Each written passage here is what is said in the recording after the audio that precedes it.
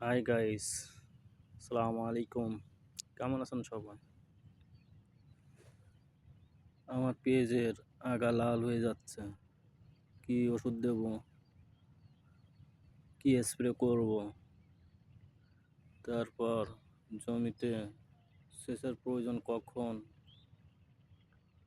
কিছুই বুঝতেছি না।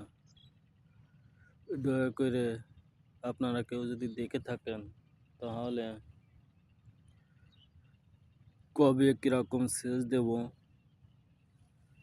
এটা আপনারা সবাই কমেন্টের মাধ্যমে জানায়েন। আর আমার ভিডিওটা যদি ভালো লাগে তাহলে লাইক করেন, আমার চ্যানেলটা সাবস্ক্রাইব করেন। সবাই যদি আমার পাশে থাকেন, আমি আপনাদের পাশে আছি। জমি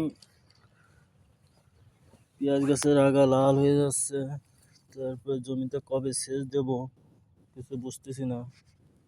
জমিতে এখন রস আছে, তারপরও কি করব না করব কিছুই বুঝতেছি না। যদি আপনারা বুঝে থাকেন তাহলে আমার একটু জানায়েন।